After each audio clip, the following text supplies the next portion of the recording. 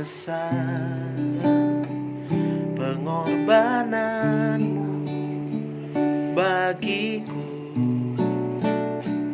terlalu dalam untuk dimengerti. Sungguh besar, oh, sungguh indah yang kau pikirkan tentangku, tak terselami bagiku. Sungguh indah. Yang Tuhan buat dalam hidup kita sangat-sangat indah. Happy Resurrection Day. Haleluya. Selamat hari kebangkitan. Hari ini kita memperingati kebangkitan Yesus yang sungguh luar biasa, karena dia adalah satu-satunya pribadi, satu-satunya manusia yang mengalahkan maut. Dia mati dengan cara yang luar biasa, tapi kemudian memenangkan kematiannya itu, memenangkan maut, mengalahkan maut tersebut dengan cara yang luar biasa. Bangkit dari antara orang mati. Dia bangkit untuk mengalahkan maut. Dia bangkit untuk menebus hidup saya dan saudara.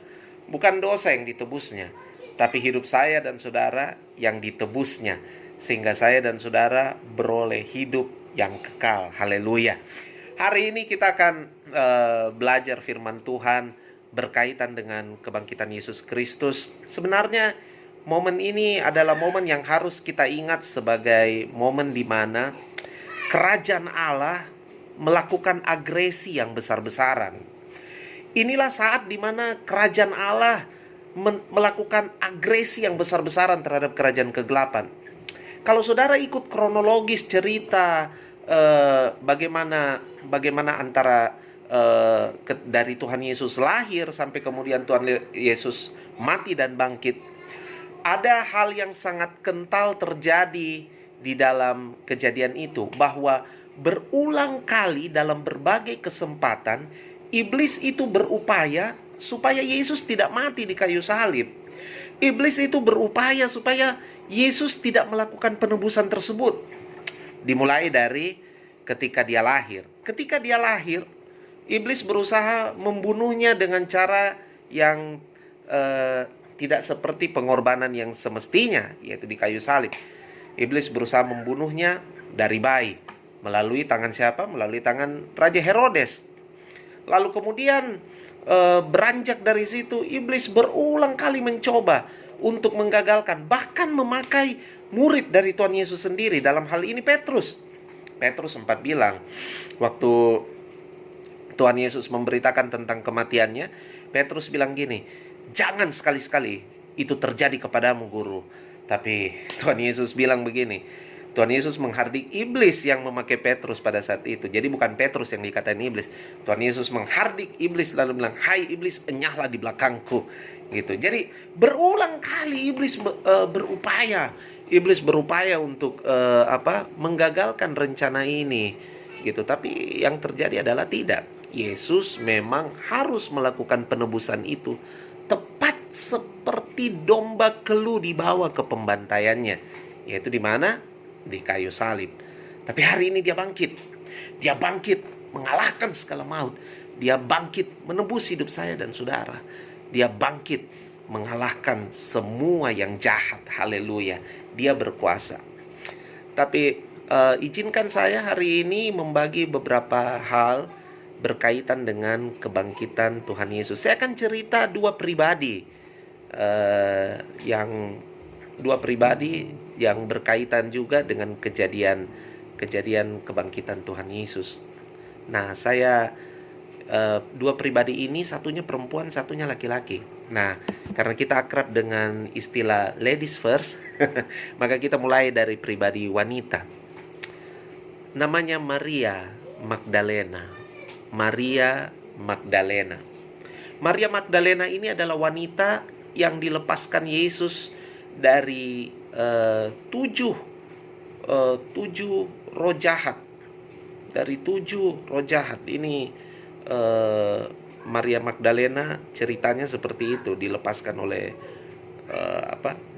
oleh Yesus dari 7 roh jahat. Saudara bisa lihat itu dalam Lukas pasal 8 ayatnya yang kedua. Dan juga beberapa orang perempuan yang telah disembuhkan dari roh-roh jahat atau berbagai penyakit, yaitu Maria Magdalena yang telah dibebaskan dari 7 roh jahat. Satu roh jahat aja saudara-saudara sudah bikin pusing. Satu roh jahat saja kita sudah nyanyi berkali-kali gitu ya. Tapi ini 7 roh jahat, haleluya. Maria Magdalena dilepaskan dari 7 roh jahat oleh Tuhan Yesus. Latar belakangnya sudah demikian. Tapi ini yang terjadi. Ketika Yesus bangkit,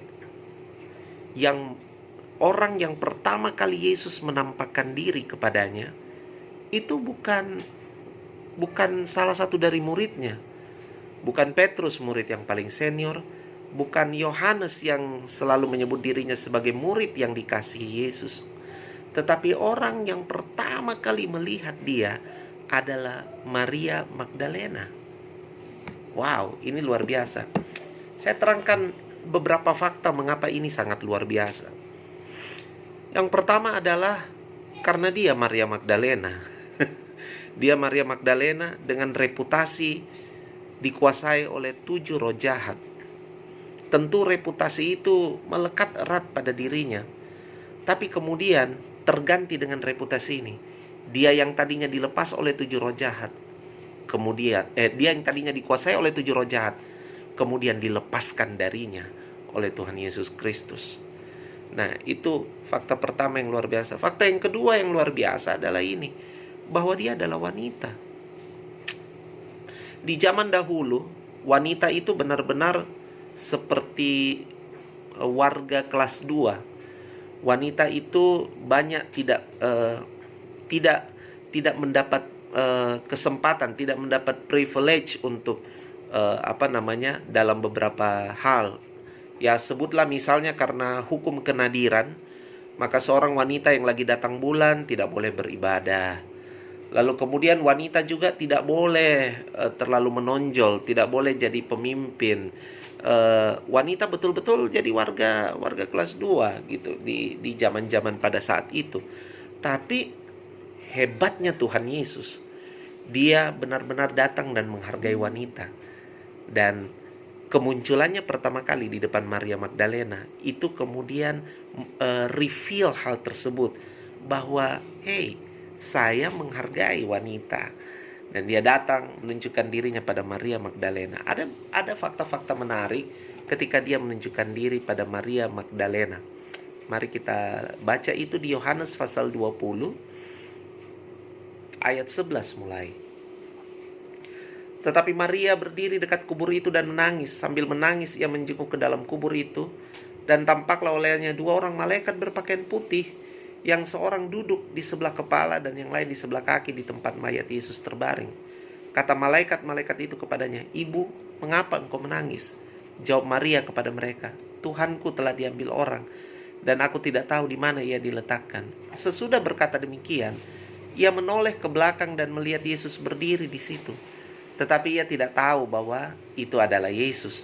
Kata Yesus kepadanya, "Ibu, mengapa engkau menangis? Siapakah yang engkau cari?" Maria menyangka orang itu adalah penunggu taman, lalu berkata kepadanya, "Tuan, jikalau Tuan yang mengambil dia, katakanlah kepadaku, di mana Tuan meletakkan dia, supaya aku dapat mengambilnya." Kata Yesus kepadanya, "Maria."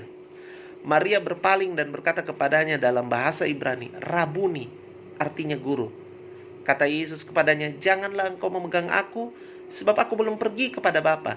Tetapi pergilah kepada saudara-saudaraku dan katakanlah kepada mereka bahwa sekarang aku akan pergi kepada Bapakku dan Bapamu, kepada Allahku dan Allahmu." Maria Magdalena pergi dan berkata kepada murid-muridnya, "Aku telah melihat Tuhan," dan juga bahwa dia mengatakan hal-hal itu kepadanya. Ini yang luar biasa. Ketika Maria bertemu dengan Tuhan Yesus, dia diliputi dengan kesedihan yang amat sangat. Mengetahui fakta bahwa ketika menjenguk ke dalam kubur dan tubuh Yesus sudah tidak ada, itu membuat dia begitu patah hati. Dan kemudian berpikir ada yang mengambil mayat Yesus. Yang herannya di sini adalah ketika dia sedang menangis, bahkan malaikat pun dia tidak notice. Saudara, ketika Anda sedang berada dalam tekanan hidup yang amat sangat, kesedihan yang amat sangat, keputusasaan yang amat sangat, tekanan yang amat sangat, kadang-kadang kita sudah tidak notice lagi kehadiran pertolongan Tuhan, kehadiran malaikat Tuhan, kehadiran pertolongan Tuhan buat kita. Kita sudah tidak menyadari lagi kehadiran Tuhan dalam kehidupan kita, penyediaan Tuhan dalam kehidupan kita. Dalam hal ini, Maria tidak menyadari bahwa yang bicara dengan dia adalah malaikat. Bukan hanya malaikat yang dia tidak notice. Maria bahkan tidak notice kehadiran Yesus. Dia malah melihat Tuhan Yesus itu, dia mengiranya Tuhan Yesus ini adalah penunggu taman. Sehingga dia curhat kepada Tuhan Yesus. Tuhanku telah diambil oleh orang. Wow. Saya memahami bagaimana rasanya berada dalam tekanan berat. Bagaimana rasanya berada dalam kesedihan. Bagaimana rasanya berada dalam posisi patah hati yang sangat. Tapi mari saya beritahu Bapak Ibu. Mari saya beritahu saudara. Arahkan pandangan kita kepada Tuhan. Arahkan pandangan kita kepada Tuhan. Ini mungkin terdengar klise, tapi untuk mengalami kebangkitan Kristus, Yesus harus melakukan ini pada saudara.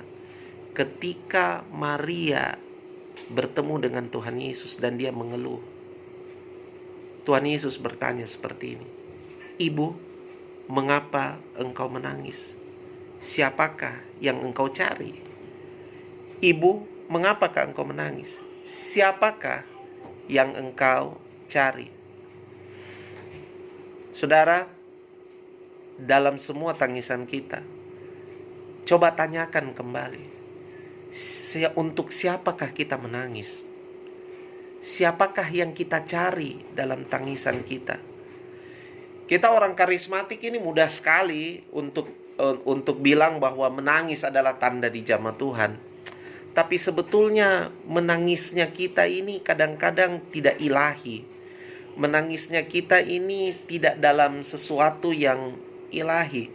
Kita lebih menangis karena tekanan, karena keputusasaan kita. Dan kemudian kita membahasakan itu sebagai sesuatu yang normal. Patah semangat. Saya yakin keadaan kita seperti Maria saat ini.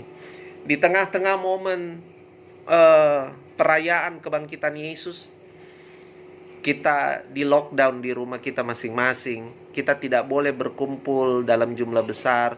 Beberapa orang sudah mulai banyak orang sudah mulai mengeluh. Tidak bisa kita bertemu dengan saudara-saudara seiman.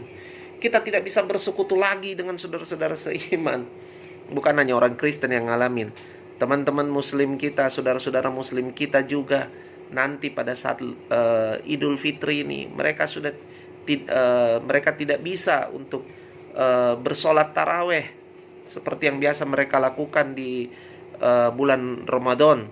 Mereka bisa ngumpul bareng, solat taraweh bareng, masjid jadi rame di bulan-bulan itu. Tapi teman-teman saudara-saudara muslim kita juga tidak bisa mengalami hal tersebut dikarenakan situasi sekarang ini. Yang saya mau bilang pada saudara adalah ini.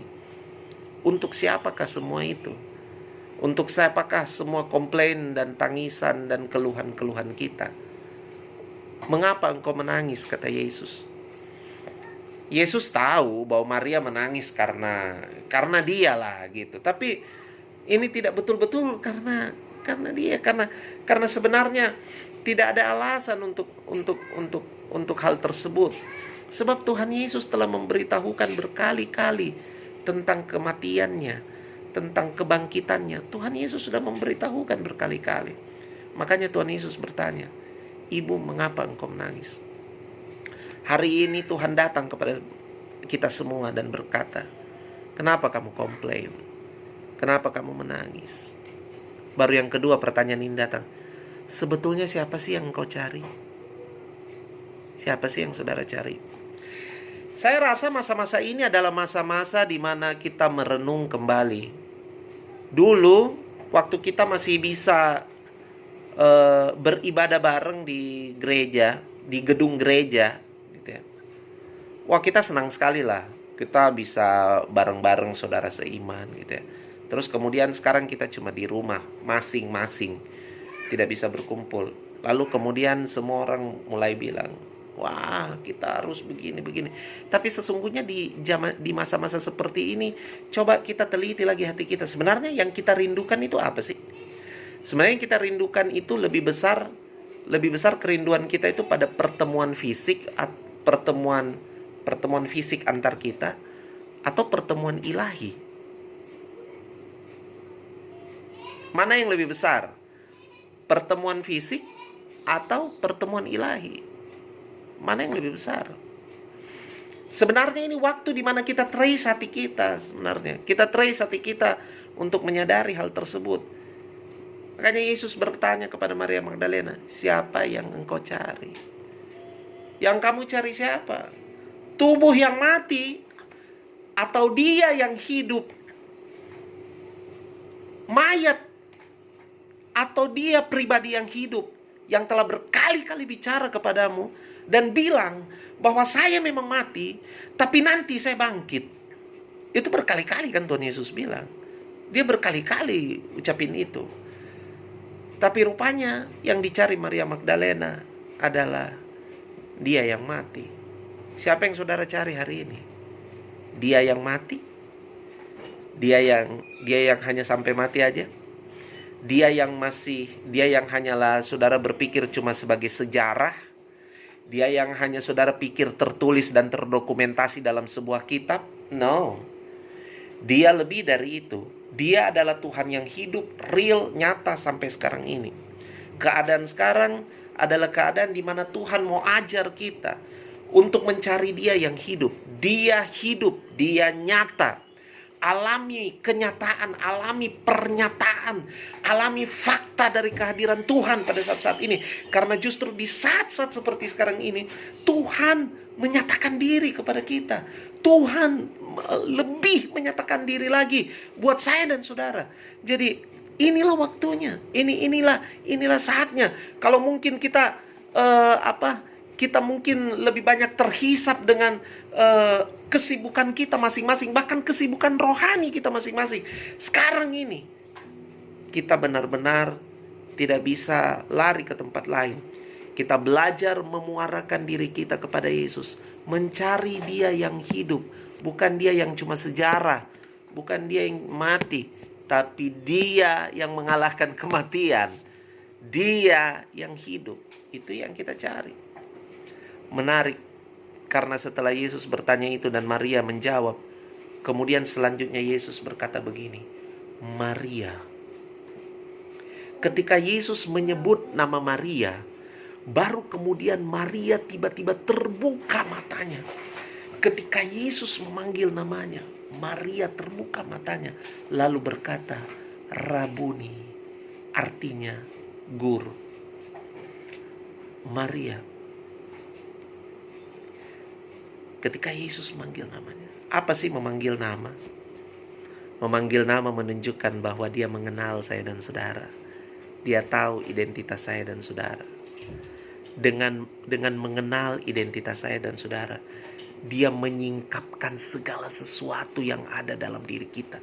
Dia menyingkapkan awan kelabu yang menutupi identitas saya dan saudara.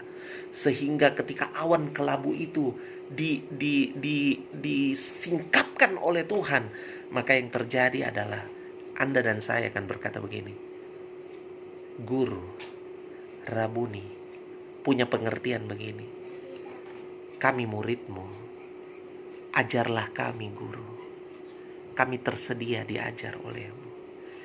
Ketika Yesus menyingkapkan identitasnya pada identitas kita, dalam identitas kita, maka yang terjadi adalah Anda siap untuk diajar. Anda siap untuk berkata, Rabuni, ini saya. Guru, ini saya. Saudara, yang terjadi adalah apa? Inilah kata-kata dahsyat dari Maria Magdalena. Dia bilang begini, aku telah melihat Tuhan. Wow. Aku telah melihat Tuhan. Ketika dia disingkapkan, dia berkata, aku telah melihat Tuhan. Kejadian selanjutnya dari Maria Magdalena, apabila saudara membaca literatur, Maria Magdalena kemudian dikenal sebagai apostola apostolos. Apa itu? Rasul dari segala rasul. Maria Magdalena lah yang bersaksi di depan Herodes dan memicu sejarah adanya telur Paskah. Jadi saudara harus tahu sejarah adanya telur Paskah itu adalah karena Maria Magdalena itu bersaksi di depan Raja Herodes. Dia bersaksi, kemudian dia menceritakan tentang kebangkitan Yesus, kematian dan kebangkitan Yesus dengan cara dia remas itu telur di depannya Raja Herodes. Dia remas sampai keluar darah. Lalu dengan ilustrasi itu dia menceritakan tentang kematian dan kebangkitan Yesus. Makanya kemudian kita punya kebiasaan mewarnai telur, cari-cari telur. Itu sebenarnya legenda dari bagaimana cara Maria Magdalena menyampaikan kesaksian tentang kematian dan kebangkitan Kristus di depan Raja Herodes. Demikian yang terdapat di literatur. Saudara bisa baca hal tersebut. Tapi yang saya mau bilang pada saudara, Maria Magdalena berkata, aku telah melihat Tuhan.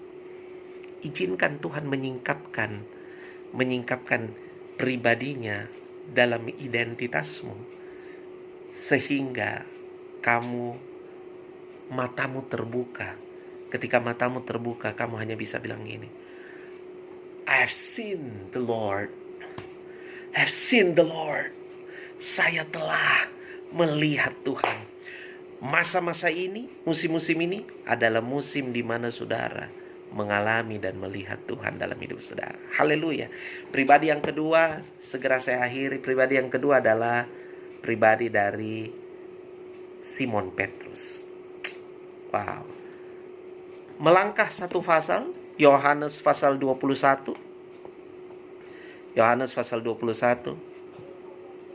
Nah, ini cerita ketika Yesus bangkit, mereka mancing-mancing ikan, habis mereka mancing-mancing ikan, bakar-bakar ikan lah ya. Bukan mancing-mancing, bakar-bakar ikan. Mereka bakar-bakar ikan, makan-makan lah di situ. Lalu kemudian Yesus bertanya kepada Simon Petrus. Ini momen yang luar biasa.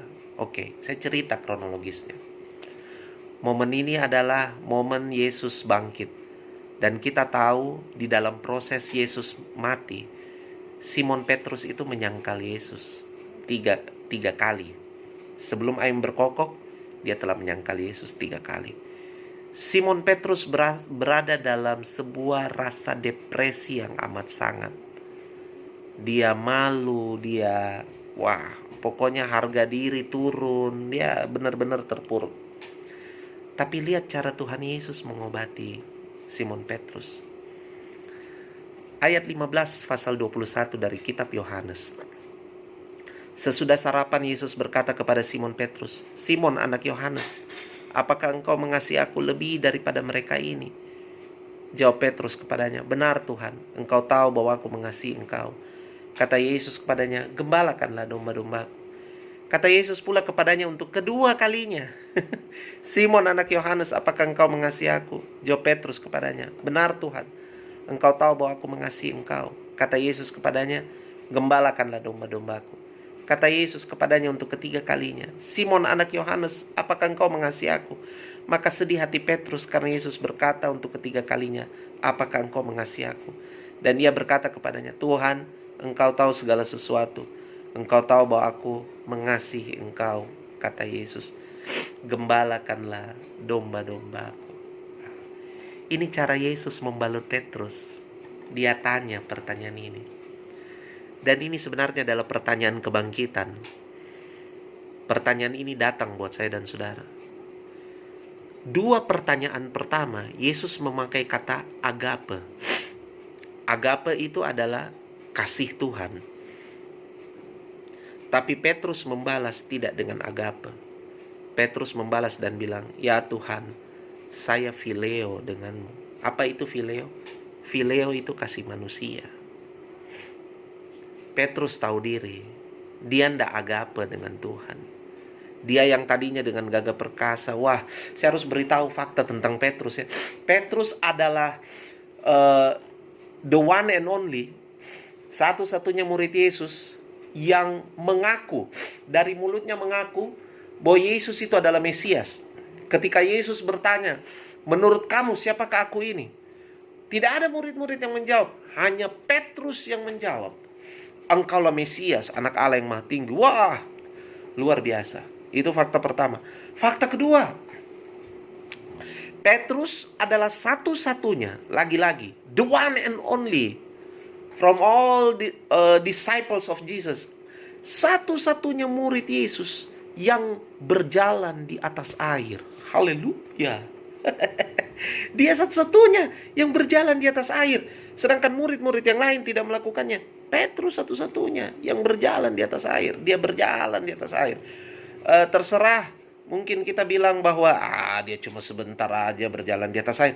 Tapi dia berjalan. Dia sempat berjalan di atas air. Murid yang paling dikasih Yesus, Yohanes pun itu tidak melakukannya. Petrus melakukannya. Gitu. Dia punya catatan-catatan yang luar biasa. Sebelum Yesus ditangkap, ketika Yesus ditangkap di Taman Getsemani, lagi-lagi Petrus dengan heroik dan jauh lebih berani. Bahkan saya bilang, hampir membatalkan nubuatnya Tuhan Yesus. Hampir membatalkan perkataan Tuhan Yesus. Tuhan Yesus kan bilang, kamu bakal menyangkal saya. Tapi peristiwa di Taman Getsemani seperti memudarkan tanda-tanda ke arah sana. Karena apa? Karena yang terjadi adalah Petrus dengan berani menghunuskan pedangnya, lalu kemudian memotong telinga dari salah satu hamba imam besar yang bernama Malkus itu. Wah, heroik sekali, berani sekali. Di tengah pengepungan di Taman Getsemani, Petrus masih bisa bereaksi seperti itu. Berani.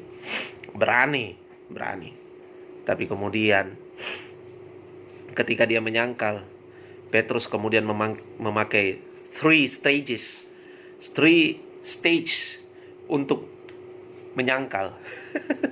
3 langkah menyangkal. Yang pertama adalah dia menyangkal. Yang kedua adalah dia menyangkal sambil bersumpah. Yang ketiga adalah dia menyangkal bersumpah sambil mengumpat. Wow. Petrus melakukan sebuah kejahatan yang mungkin tidak terampunkan. Tapi lihat caranya Yesus. Saya mau katakan buat saudara-saudara yang mungkin merasa bahwa saya ini selalu mengecewakan Tuhan. Saya ini gak mungkinlah diampuni Tuhan. Saya ini orang gagal. Pendeta saya saja menyerah pada saya. Saya mau bilang pada saudara, saudara belum sejahat Petrus. Tuhan Yesus datang pada orang-orang sepertimu. Dengar ini baik. Tuhan Yesus datang pada orang-orang seperti ini. Tuhan Yesus datang pada orang-orang seperti Anda dan berkata gini, apakah kamu mengasihi aku? Apakah kamu agape terhadapku? Petrus jawab phileo. Yang luar biasa, pada pertanyaan ketiga Tuhan Yesus turun dan bilang gini, Simon anak Yohanes, apakah engkau phileo terhadapku? Petrus menangis. Petrus akan bilang, kau tahu sekali Tuhan, saya memang cuma segitu. Engkau tahu, saya mengasihi engkau, ya mengasihi, ya segitu. Tapi lihat, buat orang-orang yang seperti itu, Tuhan Yesus datang. Yang pertama, dia tawarkan kasihnya. Dia tawarkan kasihnya kepada saudara. Dia tetap berkata dan bilang, saya mengasihimu. Kamu masih punya kesempatan mengasihi aku. Ayo, kasihi saya. Karena saya masih tetap mengasihimu. Wow, itu kabar kebangkitan saudara. Ayo, kasihi aku. Karena aku tidak bisa berhenti mengasihimu. Ayo, kasihi aku. Kasihi aku. Karena aku tidak bisa mengasihi. Aku tidak bisa berhenti mengasihimu. Kamu masih mendapat tempat di dalam kasihku. Ayo. Ayo saudara. Saudara masih dapat tempat di dalam kasih Tuhan. Bukan hanya kasihnya saja, tapi yang kedua adalah ini. Dia mempercayakan kepada kita apa yang menjadi miliknya. Bayangkan untuk orang seperti Petrus dipercayakan apa? Domba-dombanya. Tuhan Yesus bilang apa? Gembalakanlah domba-dombaku. Wow. Saya ini misalnya ya, kalau saya jadi orang usahawan gitu ya, terus habis itu ada pegawai saya yang mengecewakan saya nggak mungkin lah percaya sama pegawai yang telah menipu saya itu. Nggak saya percaya untuk kedua kali lah. Apalagi kalau yang penyelewengan duit yang dia lakukan lumayan besar. Wah, saya nggak akan ambil resiko. Tapi Tuhan Yesus untuk orang seperti Petrus, dia bilang, gembalakanlah domba-dombaku. Dia mempercayakan miliknya kepada orang yang notabene telah menyangkal dia. Yesus tidak pernah kecewa dengan Anda. Kalau dia kecewa dan Anda, dia sudah tidak mau peduli dengan Anda. Benar. Yesus selalu mengasihi Anda. Dia tawarkan kasihnya, tapi bukan juga itu. Dia memberikan tanggung jawab kepada Anda dan saya untuk melakukan kehendaknya. Haleluya. Hei, kamu yang sedang ada dalam situasi seperti Petrus, saya mau katakan pada saudara, saya mau katakan bahwa saudara sebenarnya tidak pernah berhenti dikasihi Tuhan. Bahkan Tuhan sedang mempercayakan miliknya terhadap saudara.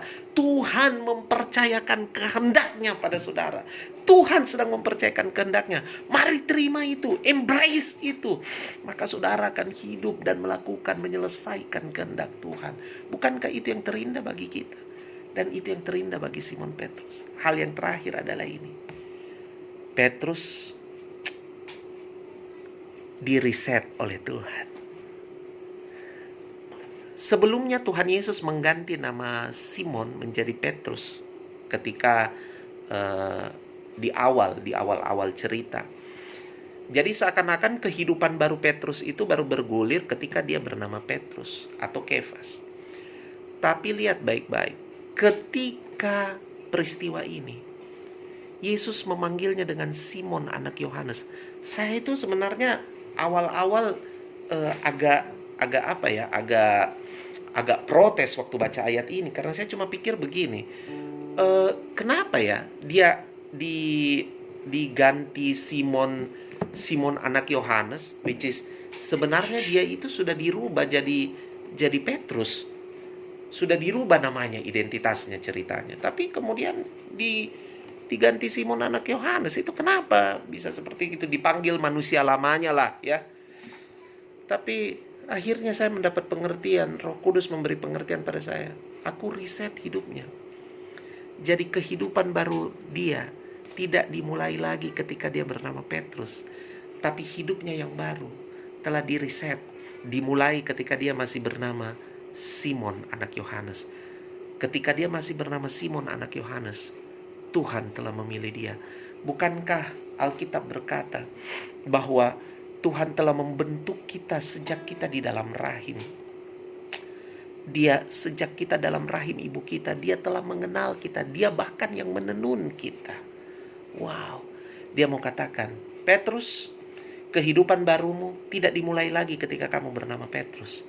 Tapi kehidupan barumu, aku riset kamu. Sejak kamu bernama Simon anak Yohanes, aku telah memilihmu. Wow, luar biasa, luar biasa. Jadi saudara, keadaan apa sih yang saudara alami saat ini? Berita kebangkitan datang pada saudara, berkata seperti ini, riset. Tuhan sanggup. Keadaan sekarang ini yang kita hidupi sekarang adalah keadaan di mana kita di-reset sebenarnya oleh Tuhan. Ya, kita lagi di-reset. Kita di-reset motivasi kita dalam beribadah. Kita di-reset keberanian kita di dalam melihat pelayanan itu seperti apa. Kita di-reset lagi dalam fungsi-fungsi kita dalam keluarga, dalam hubungan kita dengan keluarga. Kita di-reset, kita banyak di-reset sekarang ini.